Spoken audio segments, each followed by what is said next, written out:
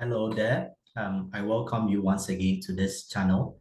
Thank you so much for joining me for another lesson.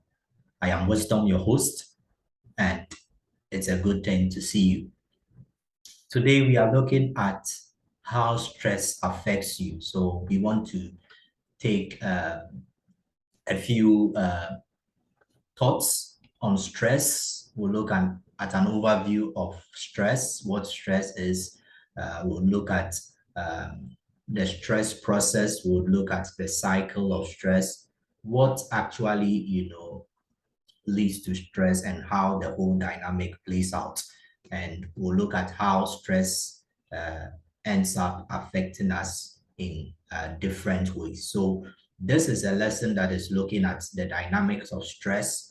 And once we are able to understand how stress works and how we get stressed and what the effect is on us, we'll be able to manage our stress levels even as we go about our daily lives and all the stresses that we meet day in, day out.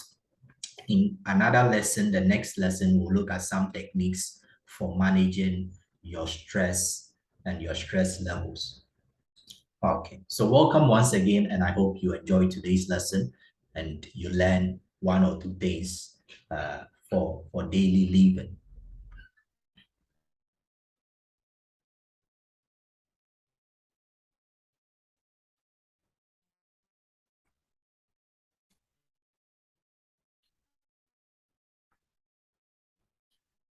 Okay, so we are good to go. Um, we will definitely all have heard about stress, and I know we use that word a lot. I am stressed. It was a stressful day. This has been a stressful week, and we use stress a lot. And what do we mean when we say we are stressed? Usually, you would say that you are stressed when you have an overload of probably work to do, or you have a lot of things going on in your mind. You're thinking about a lot of things. You are overwhelmed by situations. You are overwhelmed by the issues at hand and what to do, what not to do.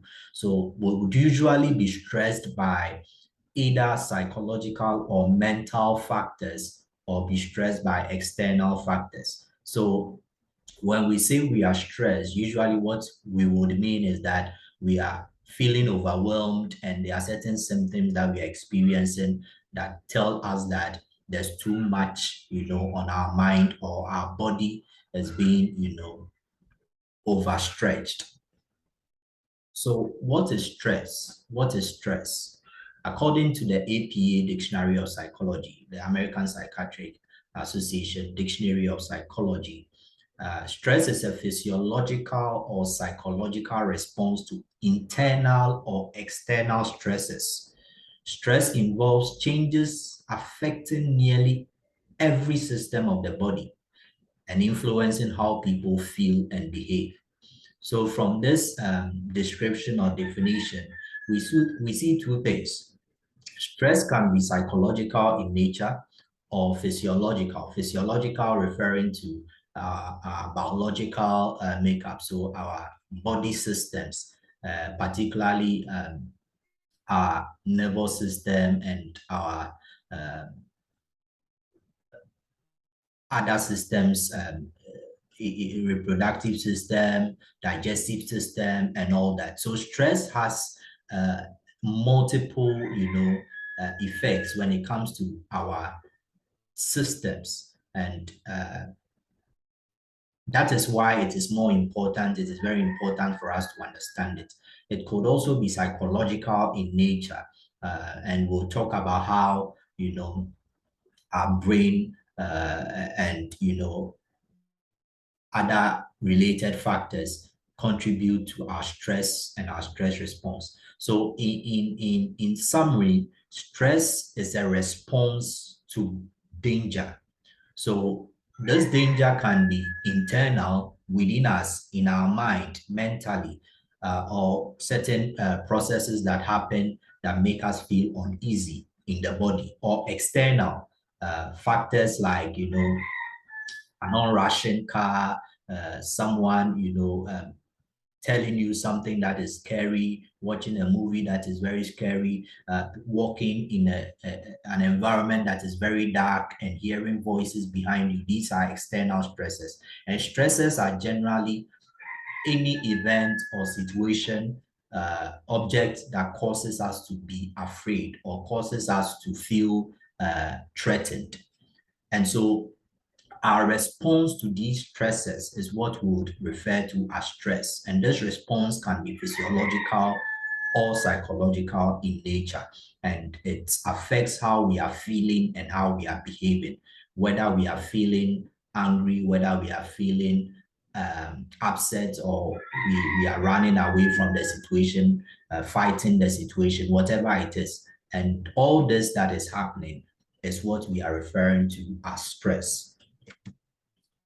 And we experience stress, as I mentioned earlier, in almost every aspect of our lives.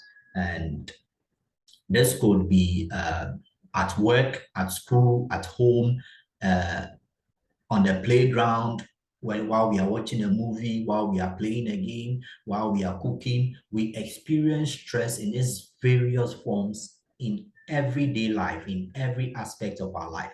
And it's it is necessary to have some level of stress, because stress in itself is something that helps us to be on our toes, so to speak, helps us to be aware of danger within our environment, helps us to be mindful of what to do, what not to do.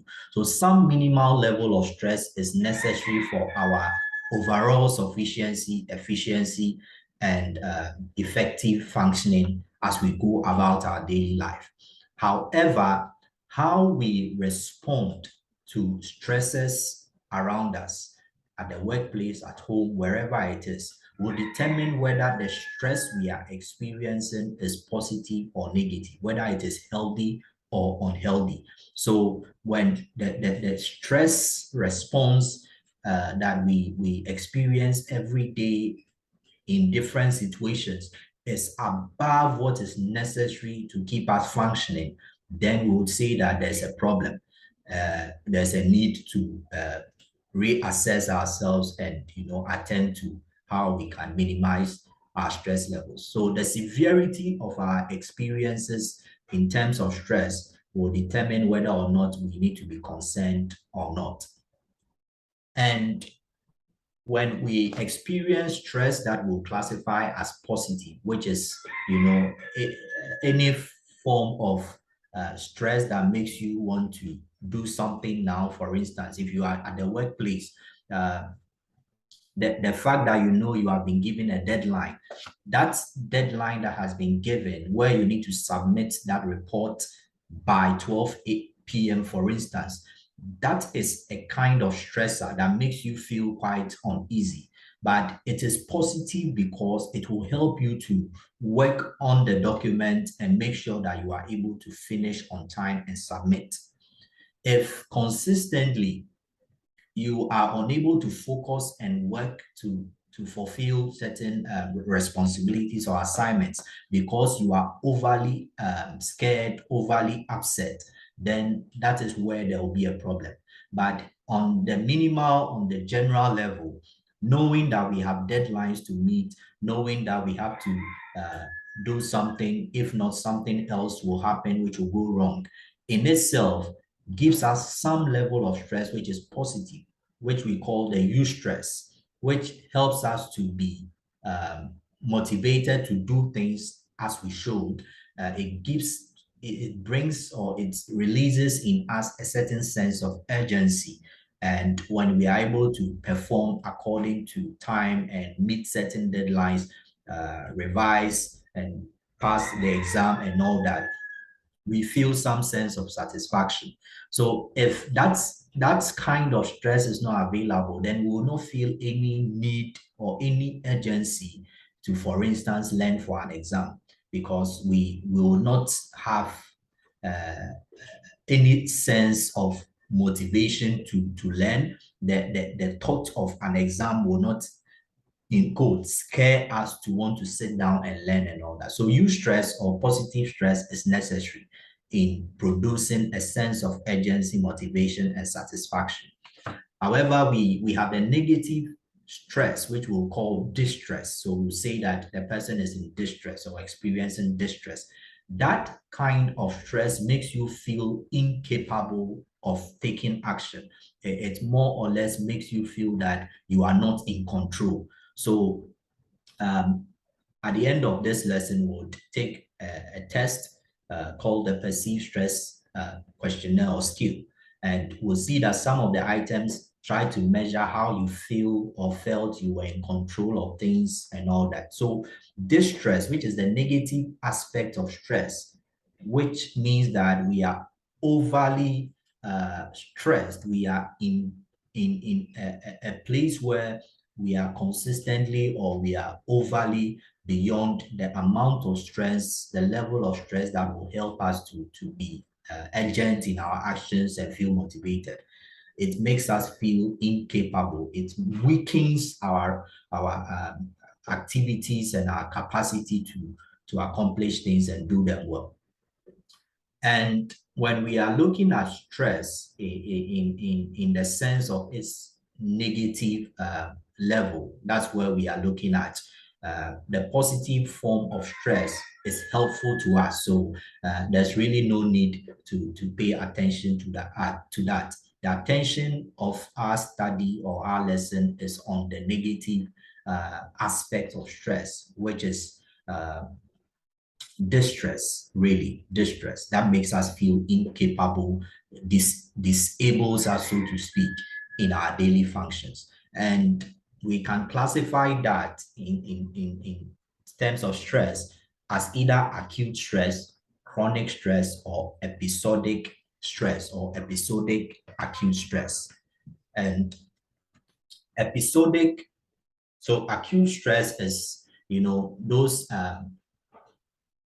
times, those days where you experience a certain overwhelming sensation where maybe as you are preparing for an exam, once in a while during the time of revision or as the days are drawing nearer, you experience some form of overwhelming, state where you feel stressed up, within just a short period of time. It could happen just within an hour of the day or, 30 minutes of stress, or you experience a certain event, you were walking by the road and something happened and, that moment of stress, which was just for a moment because of that particular exposure or experience. Watching a football game and your team is losing, and then at a moment where the time is getting close to the end of the match, there's a certain rush, which we'll talk about in a moment, the adrenaline rush that makes you feel, tensed up. In that moment, you would experience some acute stress. It will be gone in a moment. Once the game is over, within a short period, that is gone. That is acute stress. And then we have chronic stress. Chronic stress means that it is persistent. It is stress. You are always stressed. You are almost always overwhelmed, always feeling incapacitated. There's this fear that has engulfed you consistently, whether it is at the workplace, at home, almost all situations of life, almost all aspects of your life, you are experiencing high levels of stress, and it is persistent. That is chronic stress. And usually with chronic stress, you are likely to suffer depression in the long run, or anxiety and other related stress-induced health conditions, heart, related conditions and all that. Then we have the episodic acute stress or episodic stress. These are acute stress experiences that happen consistently. So probably all the time that you watch a football match, then you would experience acute stress, within those situations. So it's episodic. It happens in episodes consistently in particular situations. So it becomes like, so anytime you go to work, within a part of the day, almost all the days of the week, you experience stress when it's almost time for maybe review or something, that becomes episodic acute stress. Once you leave the environment, or once maybe after 30 minutes, 1 hour, or some short duration, it is gone.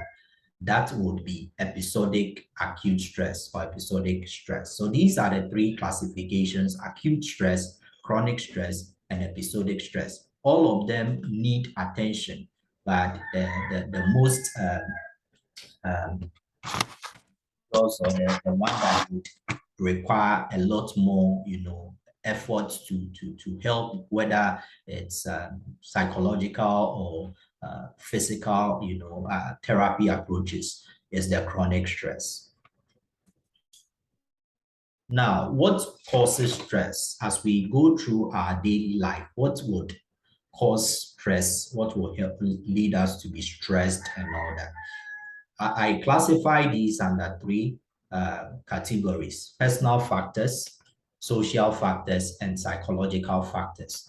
And with the personal factors, this could be an injury. So you had a certain injury and you are not able to probably go to work, or you are not able to go out to play, you are not able to do certain things, because of that injury that you had.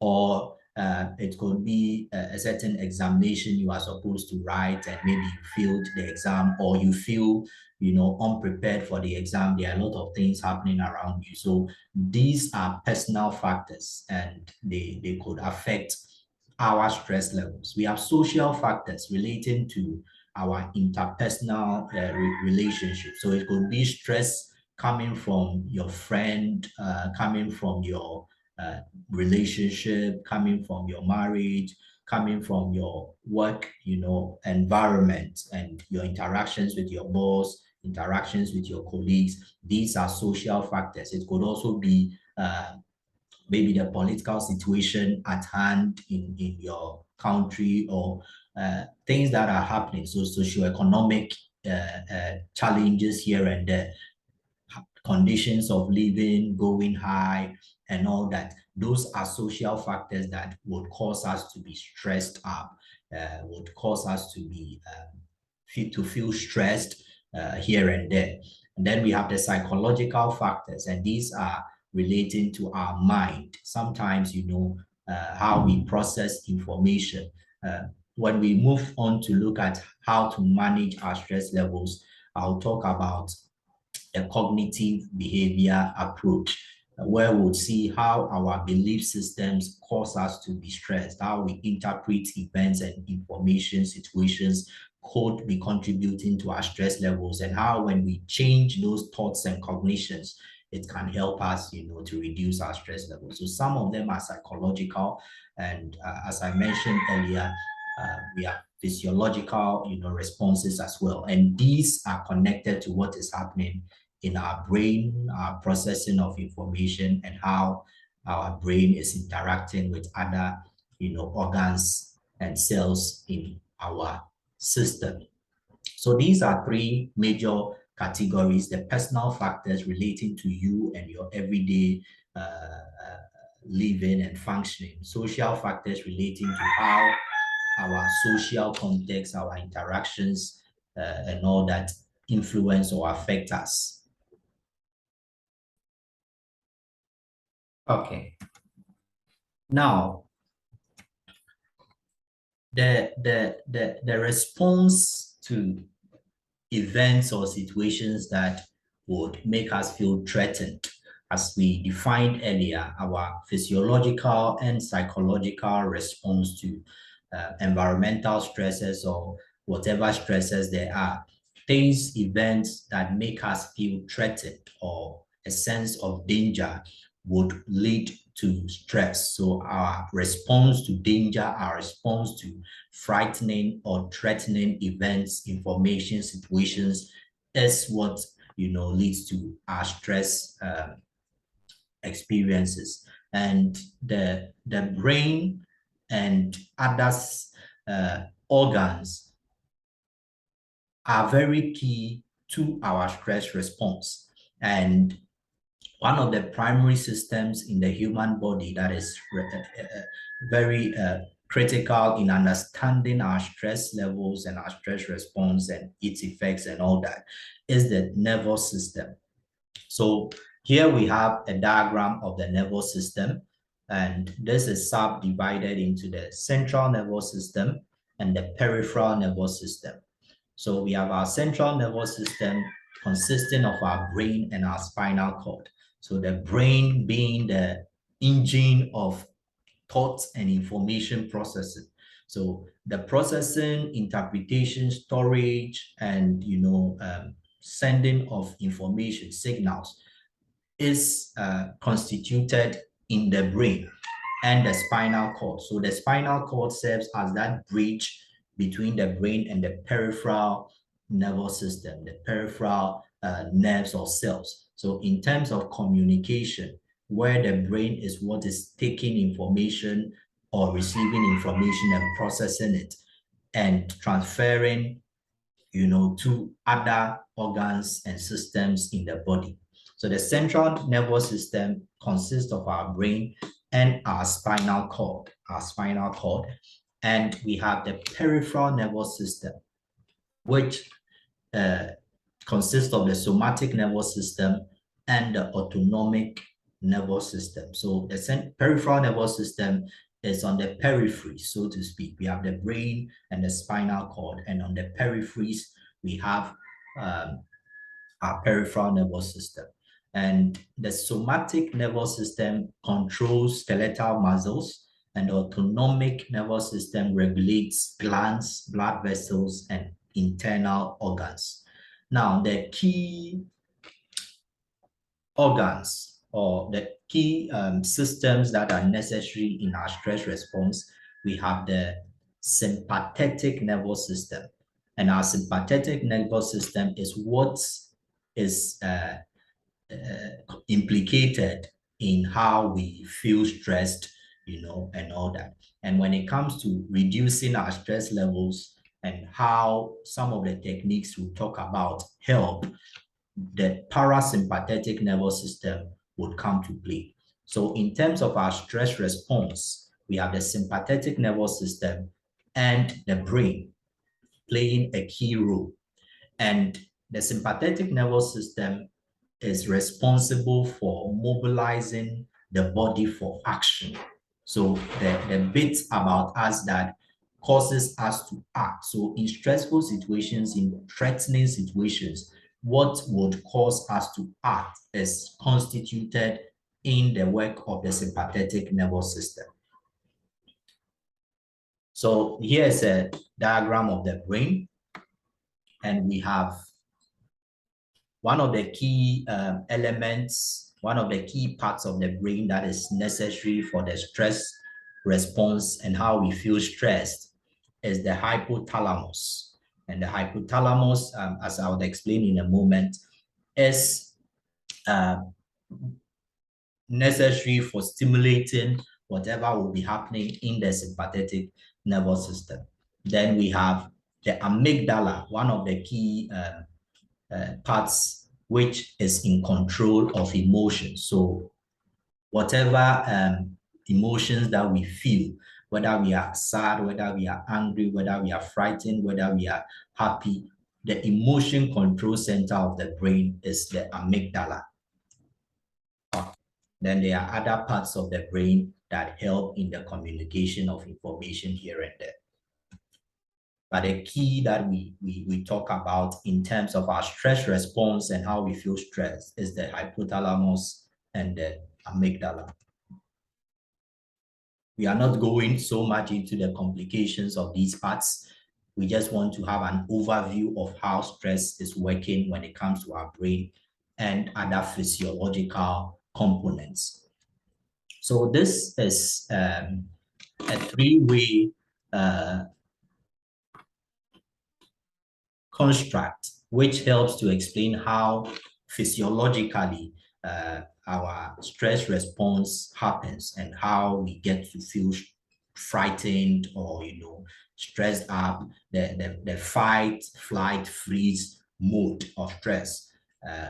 I'll look at that in a moment. But this structure, this process, or this, connection helps us to understand the physiological implication of stress. So we have the hypothalamic, pituitary, adrenal axis, the HPA axis. And what would happen is that when the brain, so as we are moving about, through our senses, whether we see something that is dangerous, we see someone holding a cutlass or a knife getting nearer, a gun getting nearer, or we hear a gunshot, or whatever it is, we are in a car and we sense that the driver is going on top speed, and probably we have these thoughts that a brake may fail.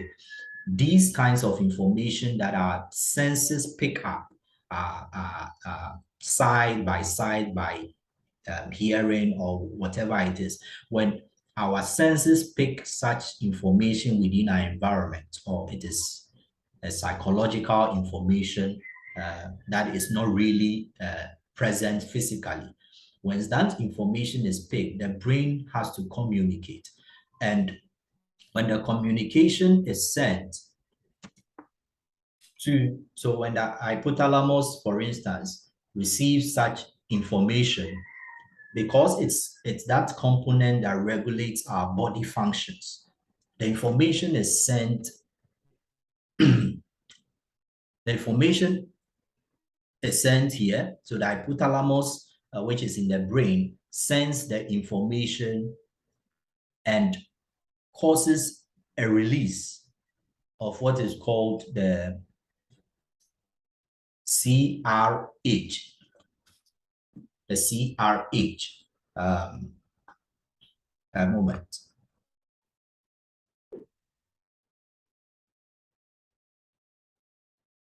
So the corticotropin releasing hormone,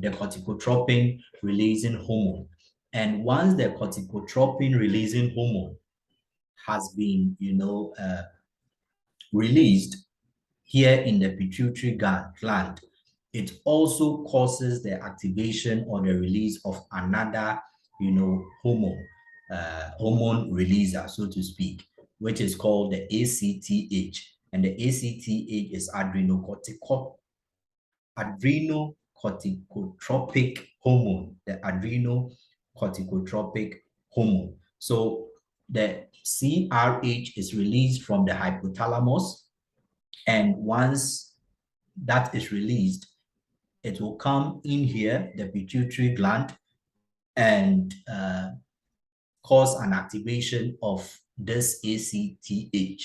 And once that happens, this ACTH goes on to interact or stimulate the adrenal glands. And the adrenal glands are in the sympathetic nervous system, and they cause a release of our stress hormones. So we have adrenaline, cortisol, and noradrenaline, for instance, and other, hormones in there. But the key ones that are released from these adrenal glands, we have the cortisol, the noradrenaline, and the adrenaline. So this is how it goes, and I'll explain the cortisol, the adrenaline, and the noradrenaline in a moment. So the adrenal glands, which are on the kidneys, are stimulated, and then there's a release of either cortisol, adrenaline, mostly adrenaline, and then cortisol is released subsequently. So the process continues, and this release of cortisol, adrenaline, noradrenaline is what leads to the fight flight response of stress. And that is something we are looking at in a moment. So I label it as the 3 F's of stress response. So we have the fight, the flight, and the freeze. So when we are faced with danger, when we are faced with information that is threatening, or there seems to be our brain picks up danger within our environment, whether it's psychological in nature or physical in nature. These are the responses that come forth, the three Fs, based on how this HPA reaction goes on.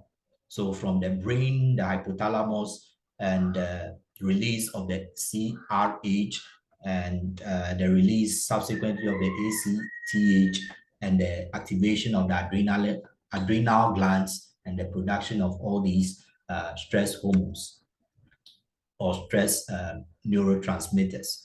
So the fight mode is where we have this rush of energy to face the danger, so to speak. So if we find that somebody is threatening us, where there's a rush of, let's say, adrenaline or cortisol, the the the muscles, respond to all that is happening from this, the release of the cortisol, the adrenaline, and the noradrenaline.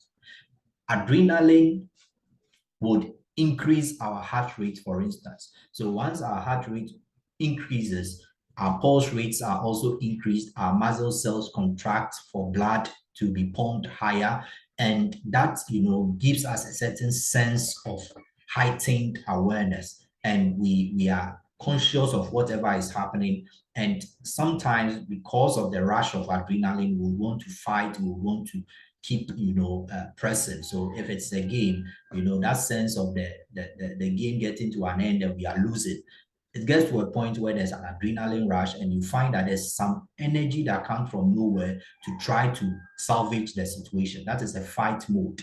That is a fight mode. So in that mode, we don't really feel pain because our sense of awareness has been so heightened.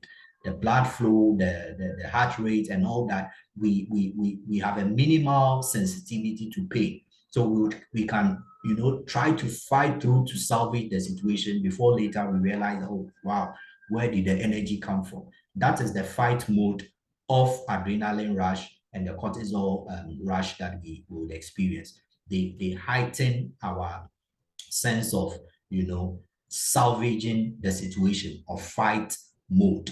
Then we have the flight mode where, our resources are not enough to fight the situation or salvage the situation. This is where we would run, literally run from the situation. So the muscle cells, receiving all the information that is being sent, communicated from the brain, and all the release of our stress hormones. If we are unable to fight, then another mode will be the flight mode, where we run away from the situation or we try to avoid the situation. That is the flight mode. So we see this person running away, this one who was in the fight mode trying to box. Then we have the freeze mode, which would be where we are stuck, we don't know what to do. And there are situations like that where, it seems we have lost count of ourselves and our thoughts, because probably there's too much, rush of our stress hormones. So we are frozen based on the height of the fear that has gripped us. So these are the three Fs of our stress response: either fight, either flight, or freeze.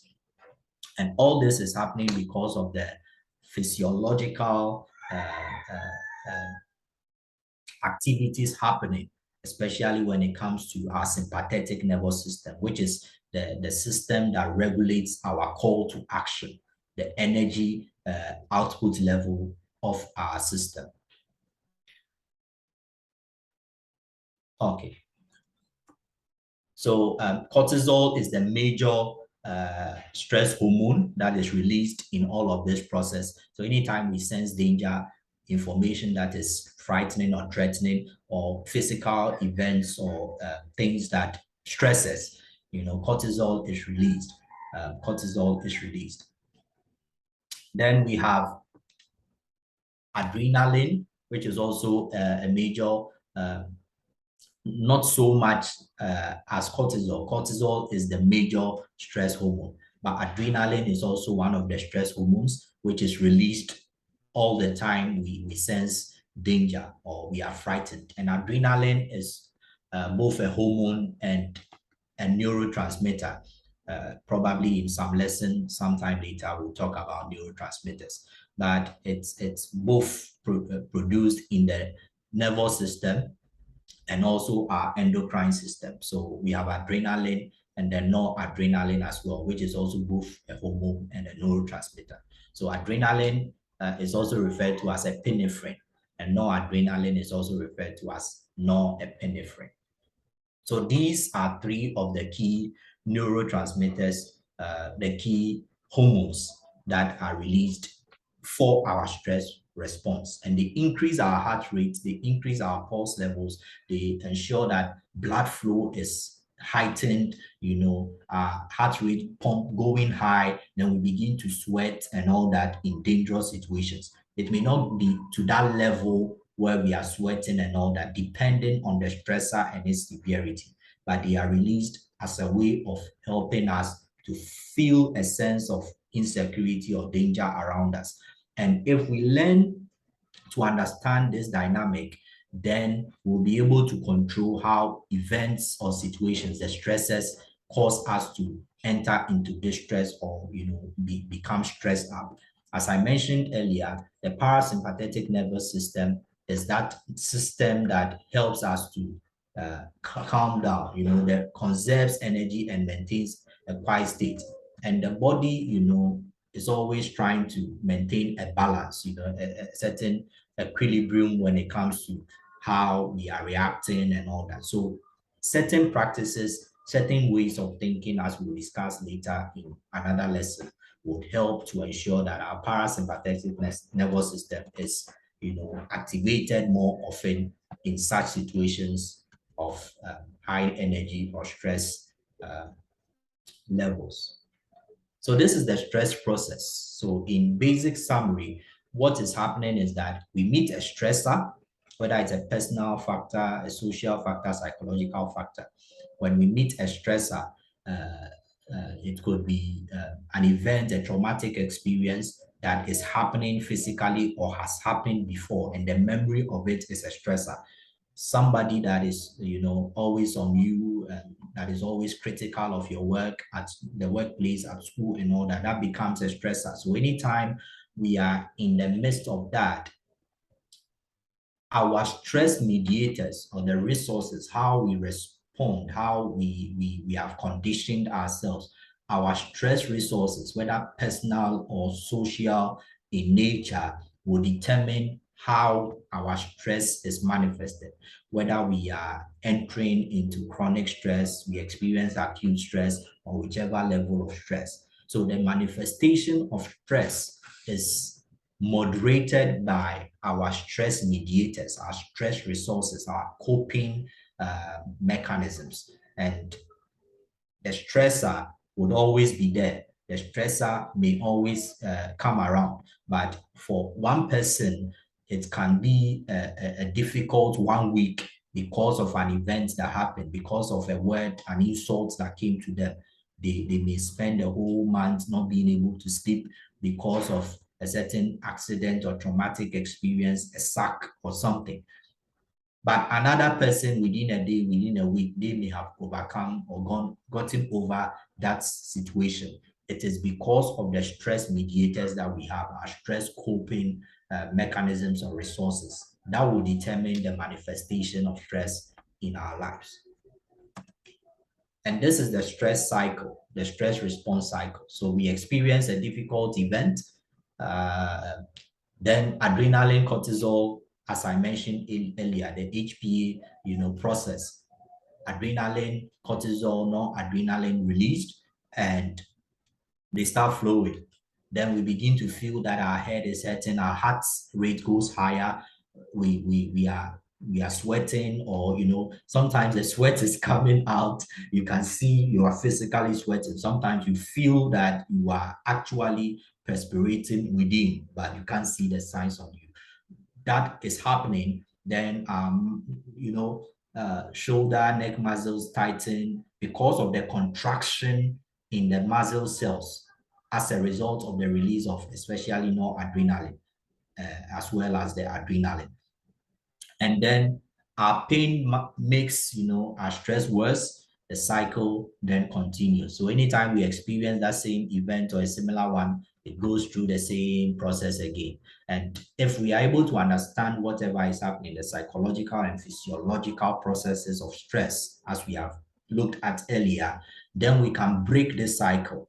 Once adrenaline, cortisol start flowing, once we begin to feel tensed up in that situation, whether it's a memory that is coming, somebody we have seen, whatever the stressor is, once we begin to feel our hearts, beating faster than usual, once we begin to feel tense, how we are able to, activate our parasympathetic nervous system through certain exercises like the relaxation exercises, working on how to change our interpretation of the situation, as we'll look at, in another lesson, through the cognitive behavior approach, that would ensure that at this level, we don't enter into this place and then go on to complete the cycle.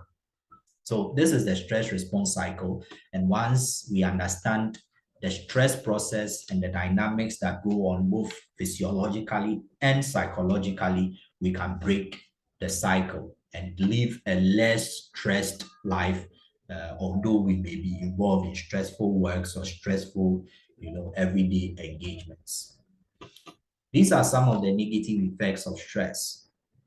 As I mentioned earlier, stress, once we get into chronic stress, one of the key end results could be depression or anxiety relating to irrational, fear and a sense of always being tensed up, feeling that we are in danger and all that. So anxiety problems, phobias can be developed as a result of chronic stress, where we are fearful of certain people or certain social contexts and all that. We develop certain fear of certain animals because anytime we see them, maybe because of an experience, and the stress response, we are conditioned to fear or feel threatened in the presence of anything that is similar to such.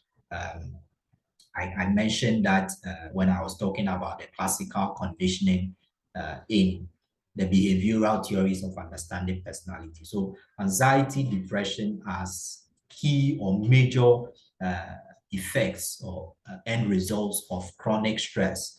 And then we have difficulty in making decisions. So usually when we are stressed out, in that mode of flight, in that mode of freezing, in that mode of fighting, sometimes we lose our focus on what to do.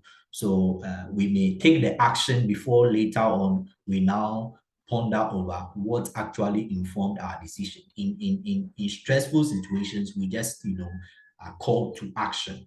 The activation of the sympathetic nervous system and all the activities happening may cause us to make decisions in a rush or even struggle to make a decision. That's where the freeze mode will come in, whether to run away, whether not to run away, not knowing what to do. Tiredness and fatigue. You feel a lot of times in the week, a lot of times in the day, you feel you are tired. Sometimes we will not be able to point to what particular thing is making us tired or fatigued, but we feel tired even after having a good sleep. We still feel tired. You wake up to go to work, you are tired after sleeping and all that. That could be a sign of stress, or an effect of stress. Then we have migraine headaches, occasional headaches that can be short timed or, take a longer duration, an hour, 30 minutes, sometimes just some few minutes of sharp headaches, sharp pains in the head. Those kinds of headaches are signs that you are stressed, signs that you are going through stress.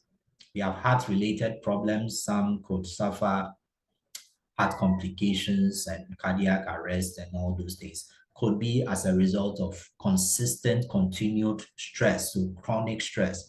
It's as we explained in the physiology, how when adrenaline and noradrenaline are released, the heart, is pumping blood more, heart rate goes higher, the activity of the heart, is heightened so that more blood can be pumped. The muscles, the nerves around, are contracted so that, the flow of blood will be increased and all that. So when this is happening consistently and continuously, it means that you are causing trouble to the heart, and we could develop heart-related problems, mood-related problems, which would be aligned to depression and some other mood related issues. So we are down, we are sad, withdrawn sometimes, you just feel overwhelmed, you want to be left alone. And sometimes people don't understand you. People will not understand why you don't want to associate. You are very hyper when you come to work, but since for some time you want to be left alone, you want to be quiet, you struggle to answer people's calls and all that. Those could be effects of stress and, will need attention. Accelerated aging, people that are engaged in very stressful works, work in environments that are very critical and demanding. A lot of the psychological stress, the thinking, the feeling, incapable of meeting deadlines and all that, not being appreciated, all those factors, could result in increased or accelerated aging, not in terms of chronological age, in terms of numbers, but in terms of physical appearance, the stress can, have an effect on us physically, where you look older than you actually are.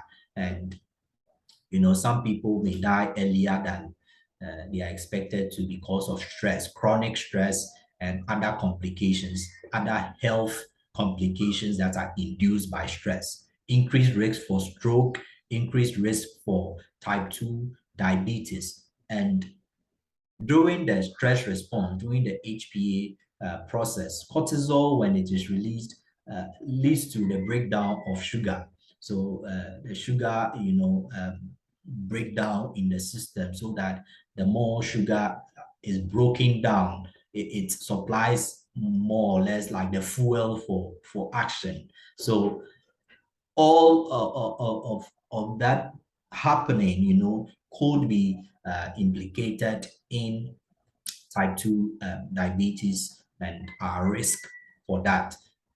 So these are some of the effects, the negative effects of stress, more especially chronic stress and stress that we are not able to manage well.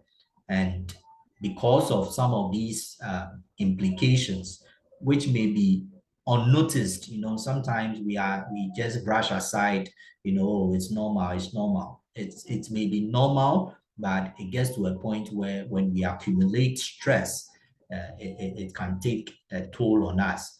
The day that our body would respond in terms of ill health, we may find ourselves wanted. So it's important that we look at how we can manage our stress levels, no matter how uh, uh, on serious it may seem, but the everyday stresses and how we can cope with them using basic techniques that are helpful is very necessary for us, so that we can be functional, we can be efficient every day and consistently. So that is what we'll be looking at in our next lesson. In this lesson, we looked at an overview of stress, looking at the stress dynamics, the stress response, the 3Fs, the HPA, the human brain and stress, and how, all this can help us to understand stress and how we can manage it, the stress process and the stress cycle. So before we leave, I would want to share with you this test. So there's a skill that we can use to assess our stress levels. So as a worker, as a student, once in a while, you just want to assess yourself and see how stressed you are before you can probably say that you need to see a psychologist, or you need to see a therapist, a counselor, or start some professional stress management, engagement. And one of the key or most popular stress skills is the perceived stress skill. It has been around for a long time, since the 1960s thereabout. It's been long used, and it's really reliable. So I found an online version, which I would want us to look at. And then I will attach the link to the video, the description of this video, so you can go and then check your stress level. I would also attach a link to a downloadable version, the PDF version of it, so that you can download it, and probably you want to print some so that every month you can assess your stress level. And it measures your stress within a particular month, so 1 month. So you consider yourself within a month, and then answer the questions accordingly. Okay, so I would share that in a moment.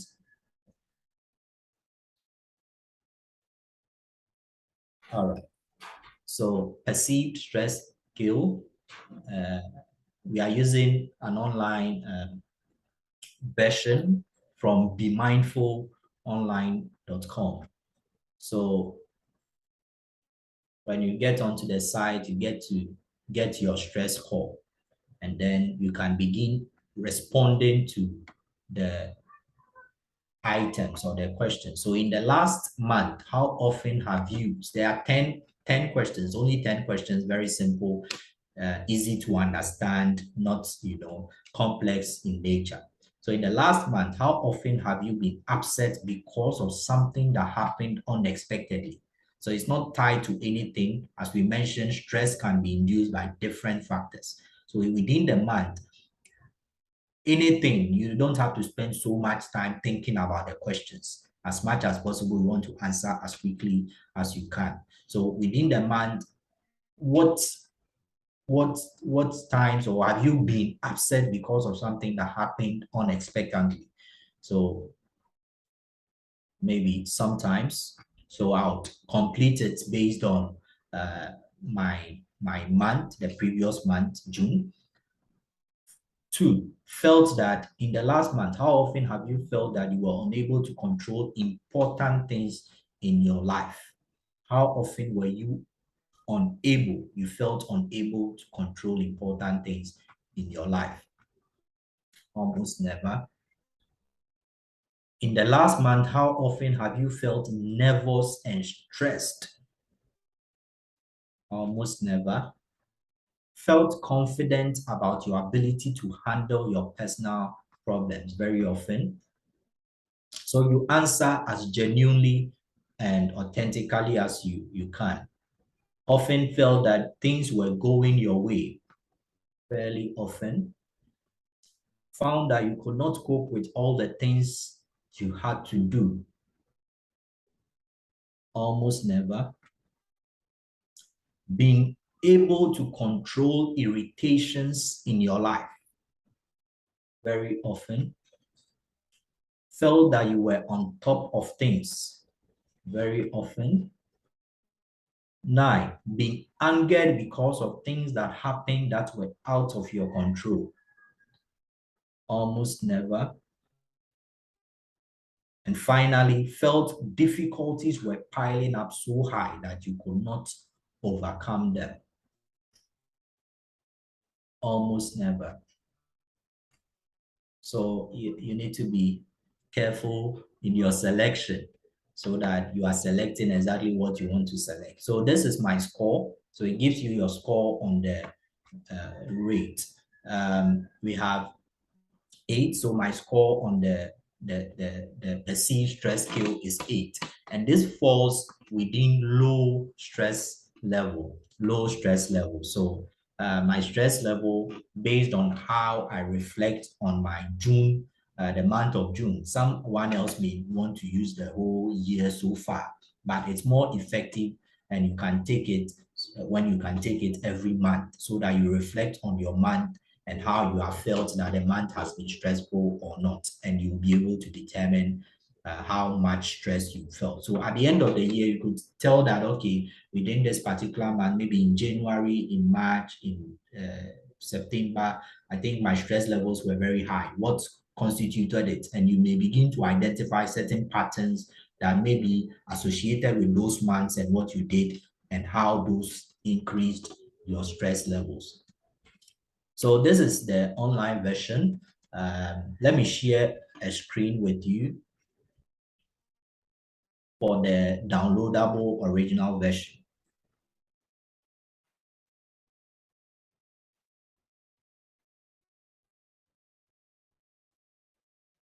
I'll do that in a moment.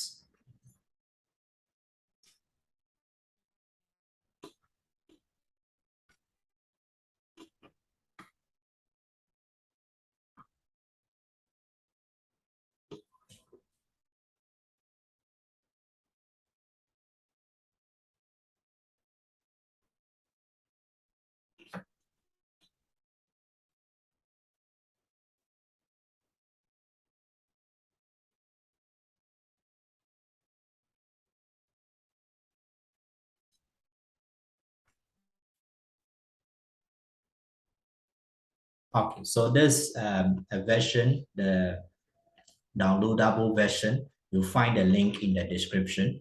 So there's a perceived stress scale. So when you read it, you read the instruction and an overview of it.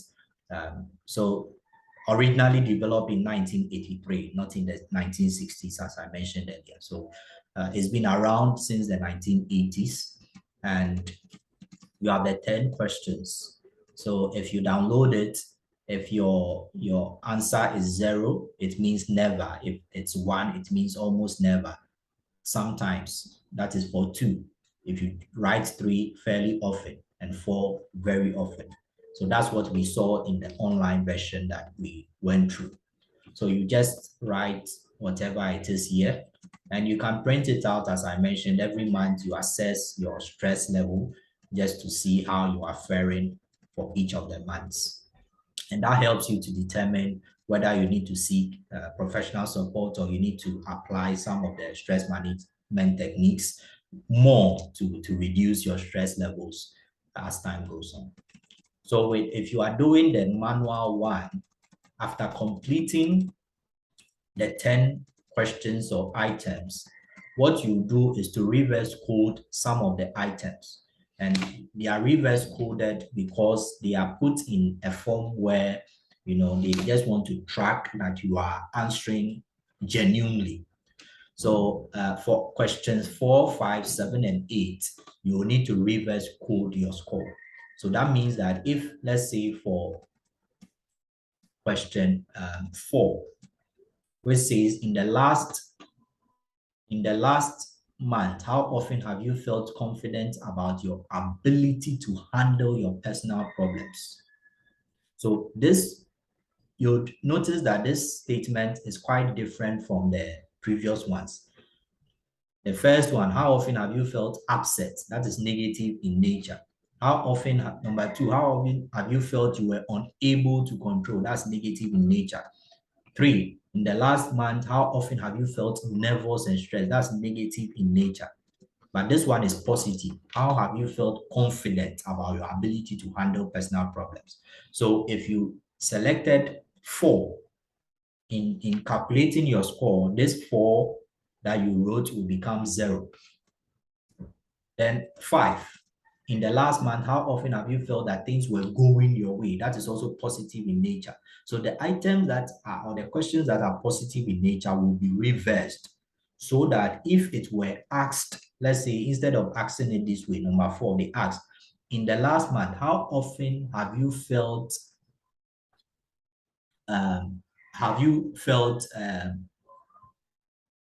incapable, or how often have you felt incapable of handling your personal problems, or how often have you not felt confident or felt unconfident about your ability to handle your personal problems? So if we ask it that way, in the negative sense of it, you would have chosen 0.